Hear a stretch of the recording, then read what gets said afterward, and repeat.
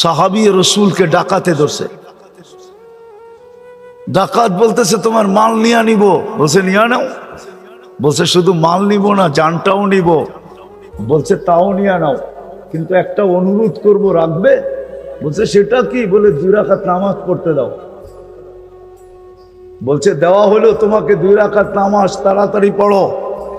তো 2 রাকাত নামাজ পড়া বয়ে বয়ে যখন ডাইন দিকে সালাম প্রথম ফিরাইছে, তো দেখে ডাইন দিকে এক সুদর্শন যুবক দাঁড়ানো, হাতে খোলা তরবারি, ঠোঁটে মুস্কি মুস্কি হাসি, চেহারার থেকে যেন চাঁদের চেয়ে বেশি আলো ছিটকায় পড়তেছে। বাম দিকে সালাম ফিরে জলদি জলদি জিজ্ঞাসা করছে তুমি কে? বলছে আশ্চর্যের বিষয় তো, বড় আশ্চর্যের বিষয়, তুমি ডাইকা আনলা আর তুমি জিজ্ঞেস করতেছো তুমি কে? বলছে কোথায় ডাইকা আনলাম? বলছে তুমি যে সেজদায় যায় পড়তেছিলে, ইয়া ওয়াদুদ ইয়া দাল আরশিল মাজিদ, ইয়া ওয়াদুদ ইয়া দাল আরশিল মাজিদ, ইয়া ফাআলুল লিমা ইউরিদ, আসআলুকা বিইজ্জাতিকাল্লাতী লা তুরাম ওয়া বিমুলকিকাল্লাযী লা ইউদাম ওয়া বিনূরিকাল্লাযী মালা আরকানা আরশিক আন তাকফিনি মিন হাদাল লিস ইয়া মুগীস আগিসনি। তুমি যখন মুগীস বলে চিৎকার দিছো, ও তো সমগ্র আকাশে ছুটাছুটি শুরু হয়ে গেছে। ফেরেশতারা আপোষে বলতেছিল কোন বিপদে পতিত কোন বিপদগামী ব্যক্তির আওয়াজ, হুকুম দিতে দেরি, ঝাঁপায়া পড়তে দেরি করব না। তা আল্লাহ চতুর্থ আকাশ থেকে আমাকে নির্বাচিত করছেন। তুমি দ্বিতীয়বার যখন চিৎকার দিছো, আমি 4 আকাশ অতিক্রম করে ফেলছি। তৃতীয়বার যখন চিৎকার দিছো, তো তোমার মাথার কাছে চলে আসা দুশ্মনকে জাহান্নামে পাঠায়া দিছি।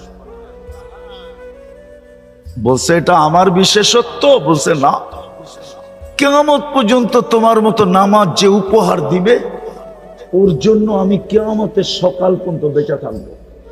ও তিতাসের বুদ্ধিমান মানুষগুলা, একজনের জন্য যদি ফেরেশতা আসতে পারে, তাহলে আজকে 60 লক্ষর জন্য কেন আসে না? 250 কোটির জন্য কেন আসে না? আফগানিস্তান কি করে মাটির সাথে মিশা গেল? ইরাক কি করে মাটির সাথে মিশা গেল? লিবিয়া কি করে মাটির সাথে মিশা গেল? সিরিয়া কি করে মাটির সাথে মিশা গেল? ফিলিস্তিন কি করে মাটির সাথে মিশতেছে? ইয়ং ওলামারা বলবে ওনার দিলে ব্যথা নাই। আমার চেয়ে বেশি তোমাদের দিলে ব্যথা নাই। তোমরা মিডিয়ায় ফিলিস্তিন দেখো, আমি 15 বছর আগেই 2 চোখে ফিলিস্তিন দেখে আসছি। তোমরা আমার চেয়ে বেশি ফিলিস্তিন চিনো না। এই জন্যই তো আমি অন্যভাবে কাঁদতেছি। সবার কান্নার ঢং যে একরকম হবে তা না, প্রত্যেকের কান্নার ঢং ভিন্ন ভিন্ন। আমি ভিন্নভাবে কাঁদতেছি, এই জন্যই তো আমার যোগ বিয়োগ মিলে না। কেন আসে না? 60 লক্ষের জন্য কেন আসে না? একজনের জন্য তো আসলো। হায়াতু সাহাবা উঠান, দেখেন কিতাব খুলা,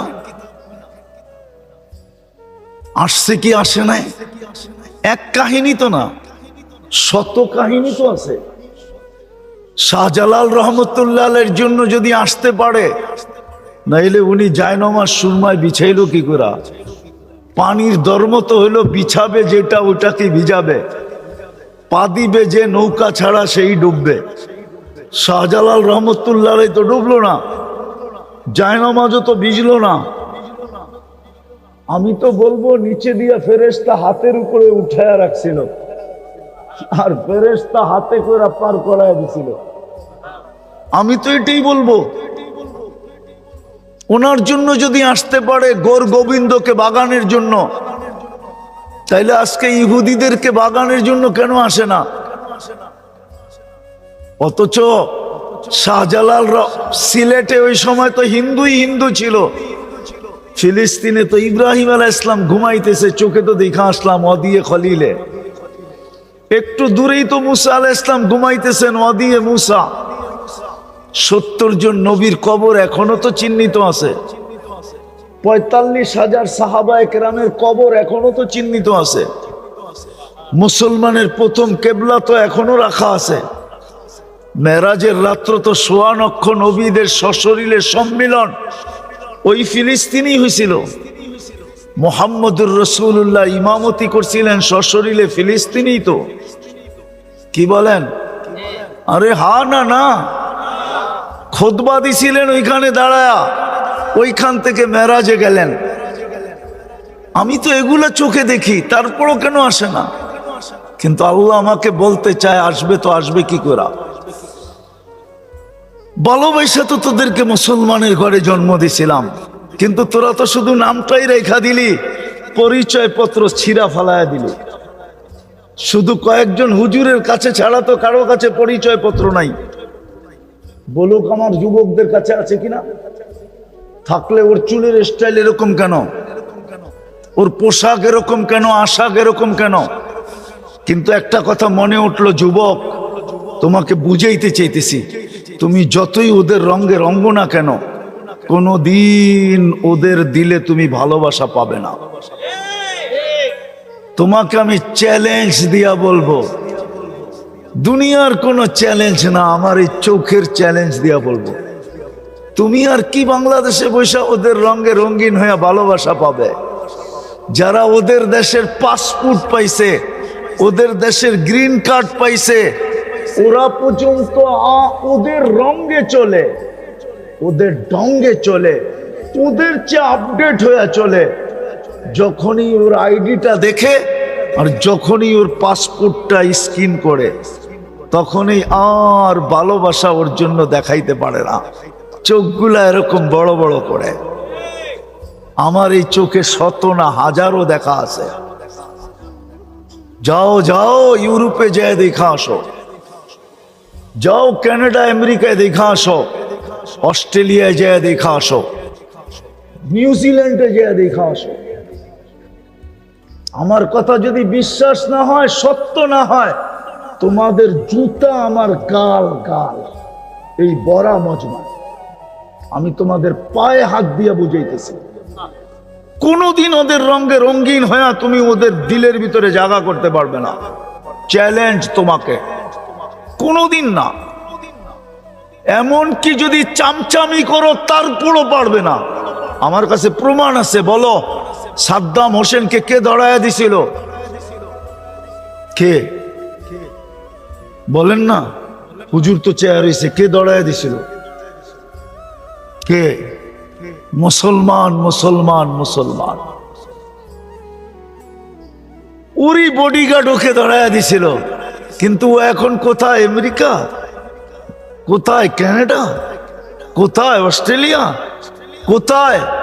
সাদ্দামের ফাঁসির 2 দিন পরেই ওকে শুট করে মেরা ফেলছে। ওরা জানে তুই নিজের জাতির সাথে যখন গাদ্দারি করতে পারছিস, তো তুই আমার সাথেও গাদ্দারি করবি। বিদায় থাকবে না বাস, বাজবে না বাসি। বলেন ইতিহাসের আলোকে আমাকে বলেন, ইতিহাসের আলোকে আমাকে বলেন, বাংলার নবাব সিরাজউদ্দৌলাকে কে হারাইছিল? হ্যাঁ, মির্জাফর কে? হিন্দু, খ্রিস্টান, ইহুদি? কে মির্জাফরকে মারছে? কে? ইংরেজ। ইতিহাস উঠান। এই জন্য তুমি যুবকদের পায়ে ধরি যে তুমি যতই রঙে রঙ্গ, যতই চামচামি করো, কোনো দিন তুমি ওদের কাছে প্রিয় হবে না না না না না। বিদায় আসো, আমরা তওবা করি, ফিরি। আমাদের একমাত্র আল্লাহর কাছে পরিচয়। দুনিয়ার পরিচয় নিয়ে আমার আলোচনা নাই। আমার আলোচনাই হলো আল্লাহর কাছে পরিচয়। আল্লাহর কাছে আমাদের পরিচয় দুটাই, আমরা মুসলিম, আমরা মুহাম্মদুর রাসূলুল্লাহর উম্মত।